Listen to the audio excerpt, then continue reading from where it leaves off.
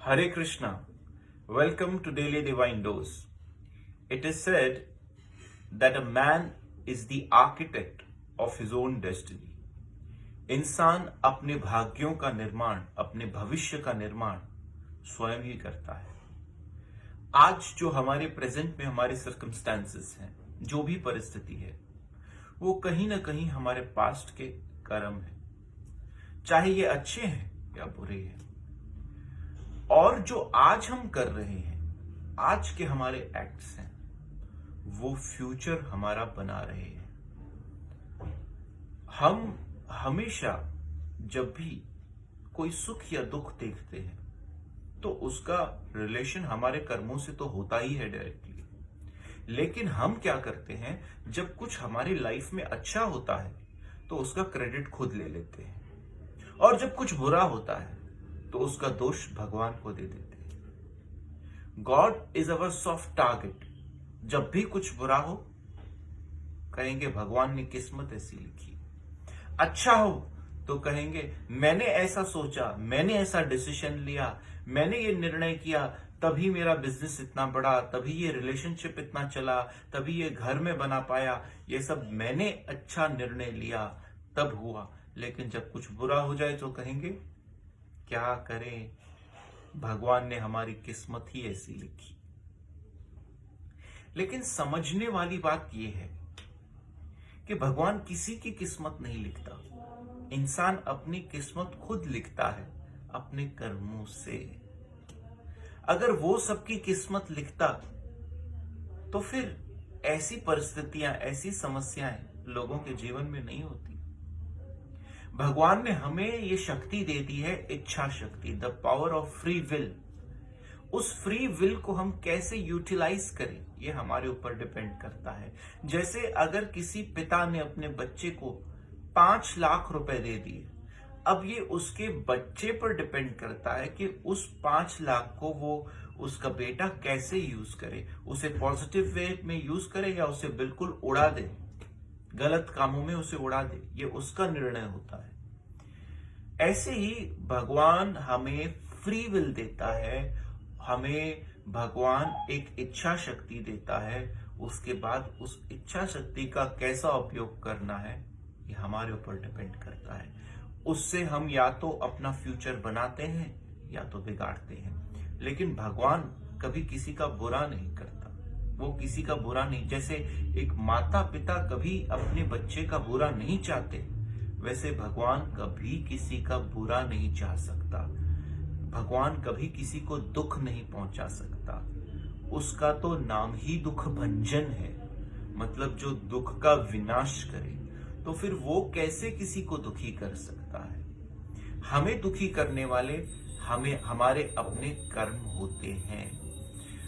जैसे मैं आपको एक एग्जाम्पल दूं, एक उदाहरण के तौर पर, बच्चा जब बाहर खेलने जाता है, छोटा बच्चा, वो पूरी तरह से मट्टी में लोटपोट होकर, उसके कपड़ों में मट्टी, उसके चेहरे पर मट्टी, उसके हाथों में मट्टी, ऐसे पूरा मैला होकर जब घर आता है तो उसकी माँ क्या कहती है, अरे तू इतना गंदा हो गया, जा चला जा, मेरे घर में मत आ, ऐसा कभी कहती है? या क्या वो उसकी माँ ही होती है जो उसे इतनी मट्टी लगाती है? नहीं, वो तो बच्चा खुद अपने अनुसार, अपने खेलने के क्रियाओं में अपने आप को पूरा मैला करके आता है। लेकिन उस समय माँ क्या करती है, उसे इमीडिएटली साफ करना शुरू कर देती है, उसके कपड़ों को साफ करती है, उसके चेहरे को साफ करती है, उसको बिल्कुल नहला धुला कर फ्रेश कर देती है वापस। ऐसे ही हमसे न जाने अनजाने में, जाने अनजाने में कितने भी कर्म हो चुके हों, लेकिन जब हम भगवान की तरफ आगे बढ़ते हैं तब वो हमें हमारे पूर्व के कर्मों से मुक्त कर देता है, बजाय इसके कि वो हमें दुख दे। हमारे जीवन में दुख लाने का दोष भगवान को मत दीजिएगा। संत कबीर कहते हैं, राम किसी को मारे नहीं, पापी नहीं है राम, मूर्ख आप ही मर जात है, करके कूड़े काम। अगर दोष देना है तो अपने आप को ही दीजिए। हमने ही कुछ ऐसा किया होगा जिसकी वजह से आज ये कर्म हमें भोगने पड़ रहे हैं, लेकिन अब भी मौका है, अब वो चांस है हमारे पास। इसलिए द नॉलेज ऑफ सेल्फ के साथ साथ द नॉलेज ऑफ सुप्रीम भी बहुत इंपॉर्टेंट है, जिसकी तरफ हम अब आगे बढ़ने की कोशिश कर रहे हैं। नॉलेज ऑफ सेल्फ में हमें यह पता चल गया कि 84 लाख योनियां हैं, 8.4 मिलियन स्पीशीज है। आत्मा पुराने शरीर को त्याग कर अपने कर्मों के अनुसार कोई भी नया शरीर एक्सेप्ट कर सकती है, और ये साइकिल, ये थियरी ऑफ इवोल्यूशन जो हमने समझा, ये एक्वाटिक से होकर ह्यूमन फॉर्म ऑफ लाइफ तक पहुंच सकता है, और फिर ह्यूमन फॉर्म ऑफ लाइफ से वापस एक्वाटिक्स तक जा सकता है। ऐसे जल के प्राणी हैं, वो आकाश के प्राणी हैं, पक्षी हैं, फिर पेड़ पौधे हैं, फिर वाइल्ड एनिमल्स हैं, बीट्स हैं, इंसेक्ट्स हैं। ऐसे इतने सारे शरीर जो बने हुए हैं, उन सारे शरीरों में आत्मा कभी एक शरीर से कभी दूसरे शरीर, कभी एक लोक से दूसरे लोक, ब्रह्मांड भ्रमते कौन भाग्यवान जीव।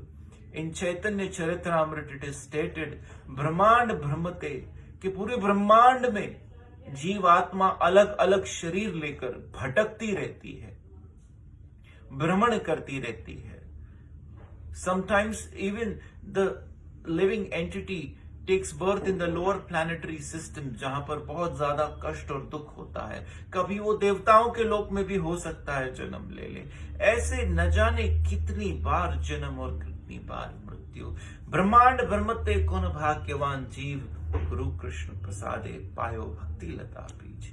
लेकिन हाँ, अगर कोई ऐसा एसोसिएशन मिल जाए भगवान के बहुत प्रिय का, भगवान के बहुत क्लोज का, पूरे गुरु का सुन उपदेश, पार ब्रह्म निकट कर बे, अगर ऐसे कुछ पर्सनालिटीज का एसोसिएशन मिल जाए जो भगवान के बहुत क्लोज हैं, जिन्होंने अपनी लाइफ भगवान को सरेंडर कर दी है, तब डेफिनेटली हमारे जो कर्म और विकर्म है जो हमें सता रहे हैं, उनसे छूटकर हम अकर्म की तरफ बढ़ सकते हैं। डेफिनेटली हम जब नॉलेज ऑफ सुप्रीम गेन करना स्टार्ट करते हैं, जब हम अपने स्टेप्स भगवान की तरफ बढ़ाना चालू कर देते हैं, तब वो बिल्कुल वैसी ही परिस्थिति हो जाती है जैसे बच्चा बहुत मैला और गंदा होकर अपनी माँ के पास आया, माँ ने उसे अच्छी तरह साफ किया, और उसे साफ करने के लिए इसीलिए कहा गया चेतो दर्पणम मार्जनम, नाम तुम्हारा साबुन जैसा तो ऐसा पाप सवेरिया। ये भगवान का नाम, भगवान की बातें, the knowledge of supreme, the association with pure devotees, association with saintly personalities, ये association with Shrimad Bhagavatam, association with Shrimad Bhagavad Gita, ये सारा एसोसिएशन क्या करता है? ये सारे हमारे मैल को साफ कर देता है। चेतो दर्पणम मार्जनम, जैसे एक मिरर पर बहुत सारी धूल जम जाती है, then we can not see our face clearly in that mirror, वैसे ही जन्म जन्म की जो मैल है, जो कंटैमिनेशन है, मटेरियल कंटैमिनेशन, जब वो हमारे मन पर बिल्कुल जम चुकी है, तो हम डिसीजंस नहीं ले पाते सही। We do not know what is right and what is wrong, what to do and what not to do. We get into a very confused state, और फिर हम सारे निर्णय जब बैक टू बैक गलत लेते जाते हैं, तो हमारा फ्यूचर खुद ब खुद बिगड़ता जाता है, बिगड़ता जाता है। लेकिन जब आपके माइंड में क्लैरिटी होगी, you know that what ever I am doing is in the benefit and interest of satisfying the Supreme Lord, तब वो अकर्म कहलाता है। Then it is inaction. Action और forbidden action दोनों आपको बॉन्डेजेस में डालता है, लेकिन inaction क्या करता है? आपको बॉन्डेजेस से फ्री कर देता है। हम इसे और अच्छी तरह भगवत गीता के श्लोक्स के थ्रू समझेंगे अपने नेक्स्ट सेशन में। प्लीज आप लोग इस वीडियो को शेयर कीजिए और stay tune to daily divine dose. Thank you very much for joining.